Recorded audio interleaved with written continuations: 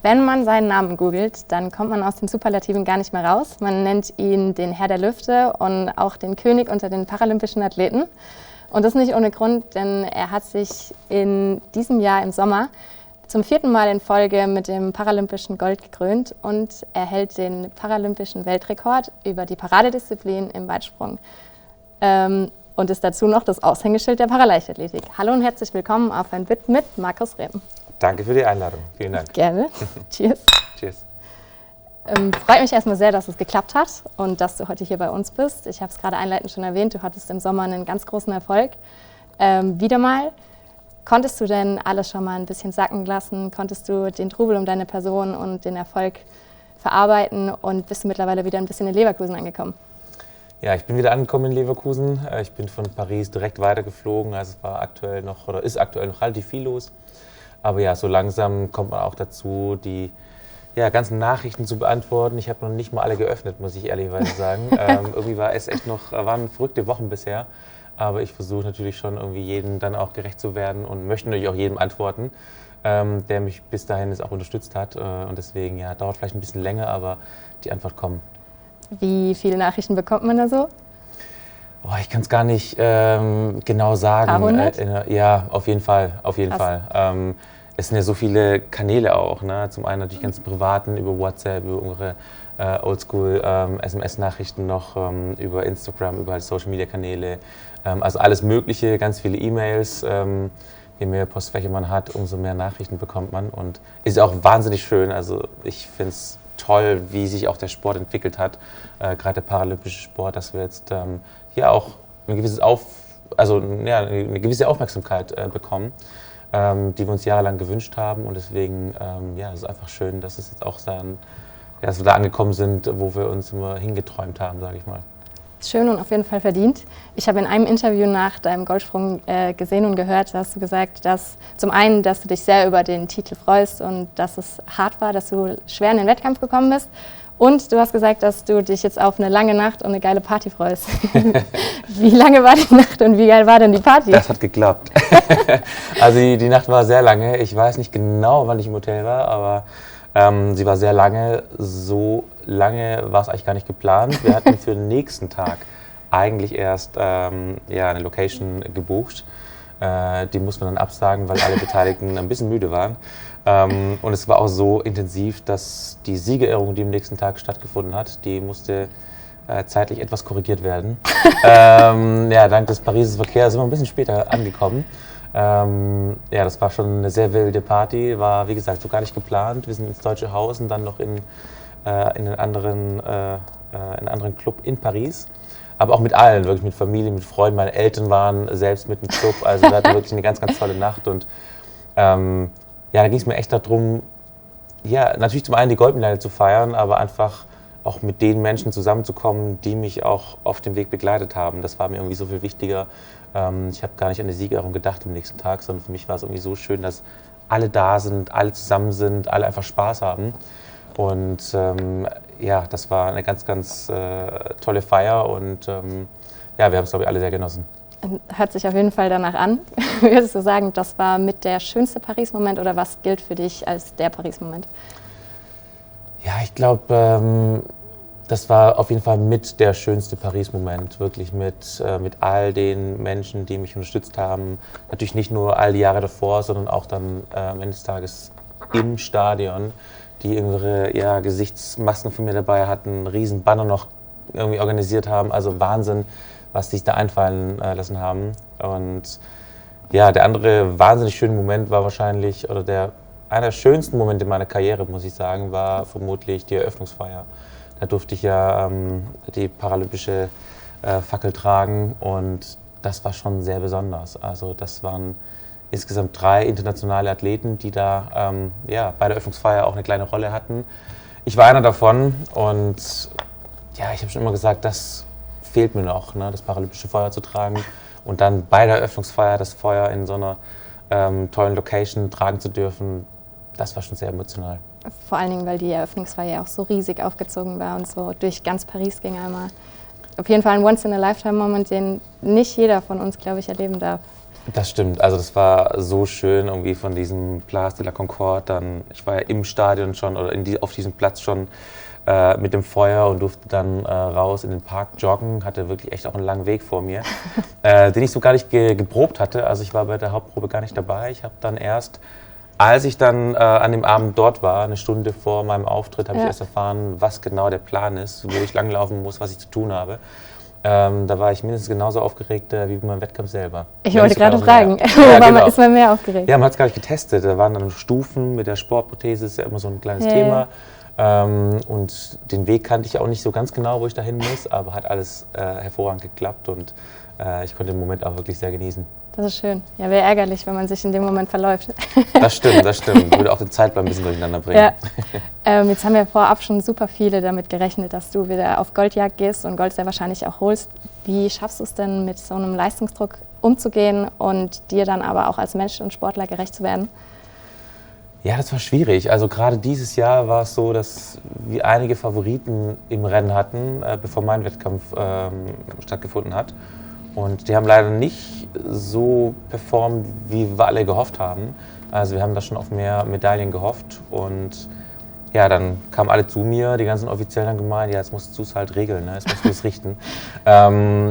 So, dass meine Trainerin schon irgendwann eingesprungen ist und gesagt, hey, jetzt lass ihn mal in Ruhe. Ne? Also der Druck ist eh schon da. Und ja, das merkt man natürlich. Also der Jäger zu sein, ist immer ein bisschen einfacher. Der Gejagte zu sein, das ist schon ein bisschen schwieriger, weil man kann eigentlich nur verlieren. Also wenn man gewinnt, heißt ja... War nicht gut genug. Genau, ja. Also er muss eh gewinnen. Ja. Und wenn man nicht verliert, aber wenn man dann verliert, dann hat man einfach, hat man es einfach nicht geschafft in dem Moment. Und das ist, glaube ich, ein bisschen schwieriger als der Jäger zu sein. Deswegen, ja, umso schöner, dass es dann das 4. Mal schon geklappt hat. Und ich hoffe, auch gerade nächstes Jahr, dass es nochmal ein gutes Jahr wird, dass ich das noch ein bisschen... die Serie noch ein bisschen fortführen kann. Ja, das hoffen wir auf jeden Fall auch. Und es waren ja 4 von 6 Sprüngen letzten Endes goldwürdig. Also genau. So sehr unter Druck war es dann wohl doch nicht. Ja, ich habe schon gemerkt. Also gerade einer der US-Amerikaner, die haben mir 2 Wochen davor, vom Wettkampf in Paris, bei dem Wettkampf nochmal das Leben ein bisschen schwer gemacht. Da hat er sich mal kurz im 4. Versuch auf den 1. Platz geschoben. Da hatte ich dann wirklich mal kurz ein bisschen Druck und dachte mir, wenn der einen richtig guten Sprung trifft, dann könnte es mal ein bisschen eng werden. Hat Gott sei Dank alles geklappt. 4 Sprünge hätten gereicht für einen Sieg. Und deswegen, ja, ich bin einfach happy, dass es geklappt hat und habe auch einfach den Wettkampf selber richtig genießen können. Es war sehr speziell, sehr besonders und auch sehr laut im Stadion. Cool. Das war schon eine großartige Atmosphäre. Das ist cool, weil man es wahrscheinlich auch sonst nicht so gewohnt ist. Nee, das stimmt, genau. Also gerade bei allen Versuchen haben alle natürlich super supportet, aber da hatten wir einen Franzosen mit dabei bei uns im Wettkampf und als der losgelaufen ist, als ob ein Jet neben mir startet. Das war so laut, ich konnte es gar nicht fassen. Ich stand da unten, ich war fassungslos, wie laut das im Stadion war. Stark. Also war schon eine tolle Erfahrung und hat einfach tierisch Spaß gemacht. Für den Erfolg braucht man auch immer irgendwo ein Team und ein unterstützendes Umfeld um uns herum. Welchen Anteil von deiner Medaille, deiner Karriere, deinem Erfolg würdest du da denn vielleicht deiner Trainerin Steffi Nerius zuschreiben und vielleicht auch hier dem ganzen TSV Bayern 04 Umfeld? Ja, ein Riesenteil. Also natürlich die meisten Leute, die einem zuschauen, die sehen einen dann alleine auf der Bahn stehen und alleine seinen Wettkampf machen. Aber da ist so ein Riesenteam dahinter. Das ist natürlich zum einen, also der größte Teil wahrscheinlich meine Trainerin, gerade die Steffi, die macht einen Wahnsinnsjob. Sie bringt mich jedes Jahr wirklich auf den Punkt in Topform. Also das ist ja nicht meine Leistung, sondern sie schreibt die Trainingspläne, sie macht die Periodisierung des Trainings und da bin ich ihr wirklich zu riesen Dank verpflichtet. Also die macht da einen riesen Job und weiß auch genau, wann ich mal ein bisschen härteres Training vertragen kann und wann sie auch ein bisschen rausnehmen muss. Und sie hat einfach ein unfassbar gutes Gespür für einen Athleten. Nicht nur für mich aus, sondern auch für meine Trainingspartner. Und ja, der ganze Verein hier, die Halle, die wir haben, die Möglichkeiten, die wir haben. Also manchmal gibt es bei uns schon so auch so Trainingslager, wo wir dann nach Kienbaum fahren. Das ist so ein Trainingscenter bei Berlin. Oder wo wir eingeladen werden von der Bundestrainerin, wo ich sagen muss, ich bleibe am liebsten hier. Hier ist viel besser. Hier sind die Bedingungen viel, viel besser als im vermeintlichen Trainingslager. Und deswegen bin ich auch dem Verein einfach sehr dankbar für die jahrelange Unterstützung. Mittlerweile sind es schon 15 Jahre. Und das ist echt Wahnsinn und eine schöne Partnerschaft. Und wie würdest du sagen, wird im Verein Paraleichtathletik erlebt? Weil es ist ja auch tatsächlich eine der größten Leichtathletik- und Athletikeinrichtungen in ganz Deutschland. Ja, für mich war das damals auch der Grund, hier nach Leverkusen zu kommen, weil Leverkusen schon immer bekannt war, dass der Parasport hier eine große Anerkennung hat und auch unfassbar gut gefördert wird. Und hier mit den Partnern im Verein ist es so schön zu sehen, was über die Jahre auch passiert ist. Also wie viele Nachwuchsathleten auch zum Sport gebracht werden. Ich bin eins von vielen Beispielen, die dann irgendwann mal nach Leverkusen gekommen sind. Da sind noch ganz andere Medaillengewinner, die hier aus dieser Schmiede hier rausgekommen sind, aus dieser Medaillenschmiede. Und es ist einfach schön, Teil davon zu sein. Und ich hoffe, dass wir auch über die nächsten Jahren mit der Aufmerksamkeit, die wir vielleicht auch über die Spiele generieren konnten, dass wir da noch mehr junge Leute zum Sport bringen und hoffentlich dann auch hier zum TSV bringen. Das wäre auf jeden Fall sehr schön.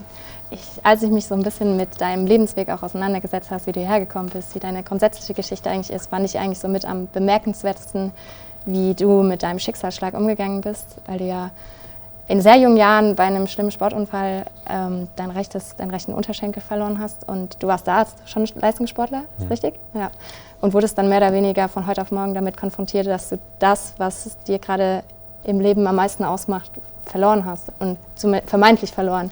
Und trotzdem hast du deinen Weg wieder zurückgefunden und wenn nicht sogar eine noch krassere Karriere hingelegt, als du es damals vielleicht hättest machen können. Die erste Frage, die mir da in den Kopf geschossen ist, wie schafft man das mit so einem Schicksalsschlag, vor allem so jung, umzugehen und daraus so viel Kraft zu schöpfen, dass man dann so eine herausragende Karriere hinlegt und auch so viel Lebensfreude ausstrahlt, wie du das tust? Ja, da waren sicherlich auch, oder war mein Umfeld auch unfassbar stark und wahnsinnig wichtig. Meine Eltern, meine Freunde, die mich immer da supportet haben. Und ja, ich glaube, für mich war damals das Schwierigste, nicht mehr das zu sein, was ich davor war. Also meine Identität war so ein bisschen weg. Ich war immer der Sportler und auf einmal bist du halt so der Grundlage beraubt, der Sportler zu sein. Und das hat mich am Anfang schon ordentlich belastet, weil man auf einmal nicht mehr der Sportler ist, sondern eher der Eingeschränkte war. Das fand ich nie gut und dann habe ich für mich immer direkt angefangen auch zu sagen, hey, ich will eigentlich wieder der Sportler sein, ich will genau das tun, was ich auch davor getan habe und manchmal auch mit unkonventionellen Wegen, also gerade damals irgendwie beim Fußballspielen mit Kumpels, hat man mir den Ball zugespielt, ich durfte vors Tor laufen und schießen, weil alle gesagt haben, hey, dem eine Prothese dürfen wir auch mal nicht abgrätschen.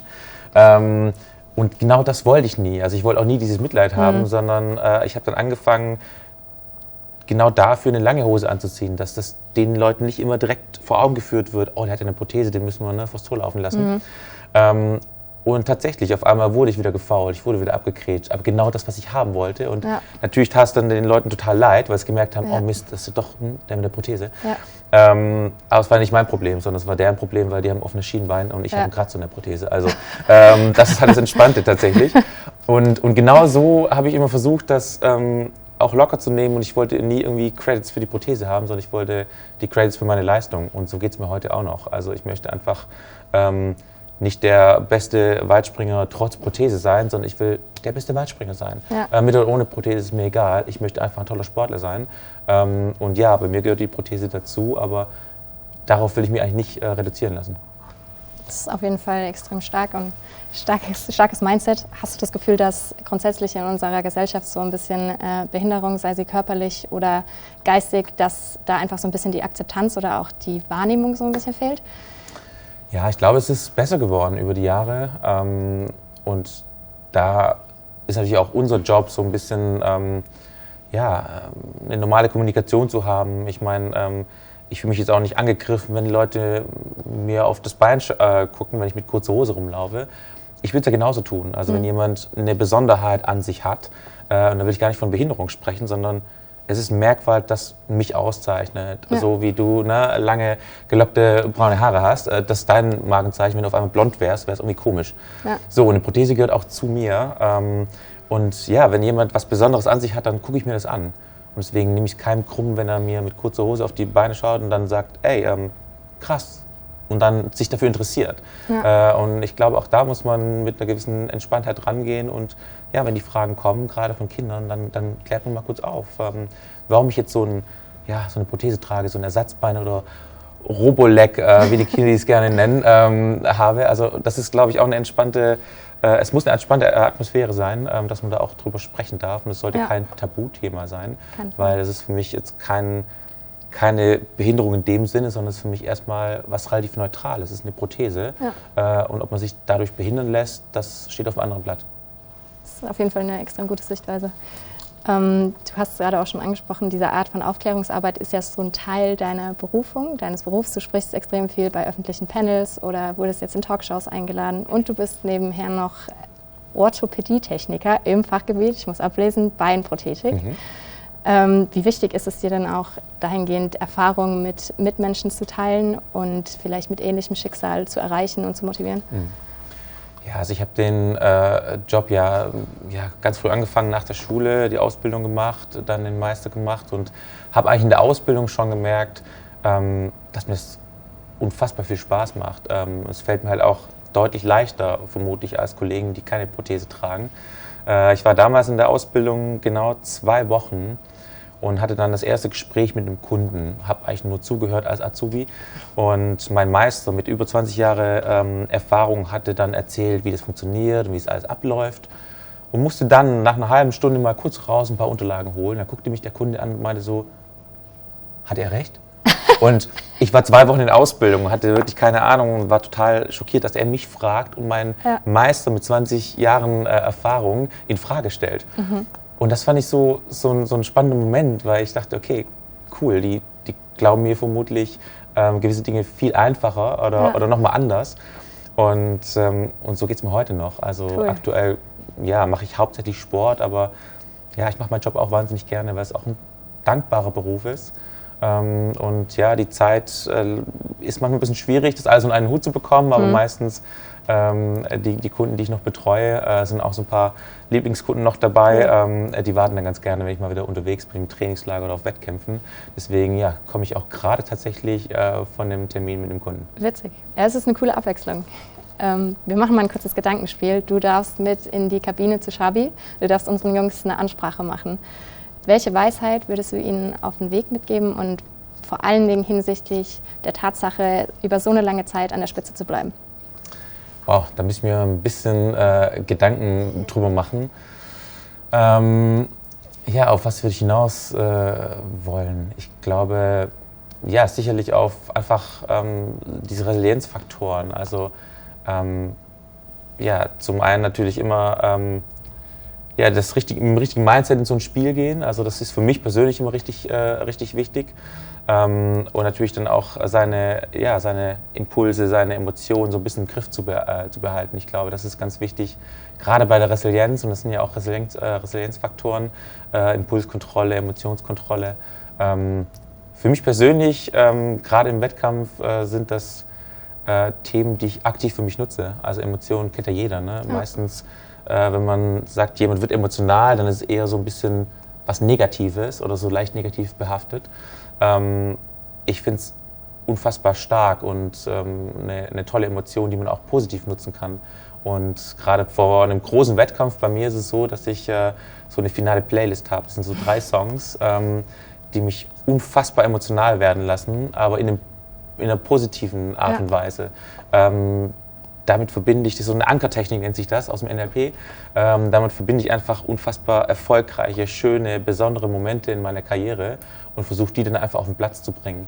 Und das finde ich spannend und das wäre vielleicht so ein Thema, was man nicht bei einer Ansprache alleine übermitteln könnte, aber das ist vielleicht mal was Spannendes, wo man genauso Ankertechniken einfach für sich nutzt und dann vielleicht auch für so ein Spiel nutzen kann. Auf jeden Fall. Welcher Song wäre da dabei zum Beispiel?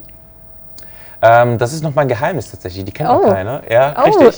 Das ist mein komplettes Geheimnis noch. Das sind 3 Songs und die meisten wären wahrscheinlich verwundert, wenn sie die Songs erfahren würden, weil das ist gar nichts, was irgendwie extrem pusht, sondern es sind eigentlich ganz ruhige Songs. Krass. Und einer davon ist bei einem Musical entstanden tatsächlich. Und ich weiß nicht warum, aber ich war mit der ganzen Familie da und es war so ein schöner Moment, wo mir dann so viel durch den Kopf gegangen ist. Also noch ein paar Sachen davor noch passiert und ich wurde so emotional und das war eigentlich der Start tatsächlich von dieser Playlist. Und die ich jetzt mittlerweile total gerne auch nutze, wo auch so Momente drin sind, wo ich mit Kunden arbeite, die dann einfach jetzt ihren Weg zurückgefunden haben. Und ja, das sind schöne Emotionen, die ich dann gerne für mich nutze. Sehr, sehr cool. Dann habe ich eigentlich nur noch eine letzte Frage und zwar, wir haben am Wochenende unser 120-jähriges Jubiläum und spielen gegen Holstein Kiel. Einige deiner Trainingskolleginnen werden auch dabei sein. Du warst zuletzt beim Supercup in der Bayer Arena. Wann wirst du denn mal wieder vorbeikommen und wie hat es dir gefallen? Also erstmal der Supercup war natürlich Wahnsinn, es hat richtig Spaß gemacht. War ja auch ein richtig cooles Spiel. Und ja, mal sehen. Es ist noch nicht ganz sicher, ob es klappt, aber vielleicht bin ich sogar am Wochenende auch gegen Kiel hier im Stadion. Ja, auf jeden Fall sehr, sehr cool. Wir freuen uns, dich zu sehen. Dankeschön, Vielen danke für lieben die Dank. Einladung. Danke.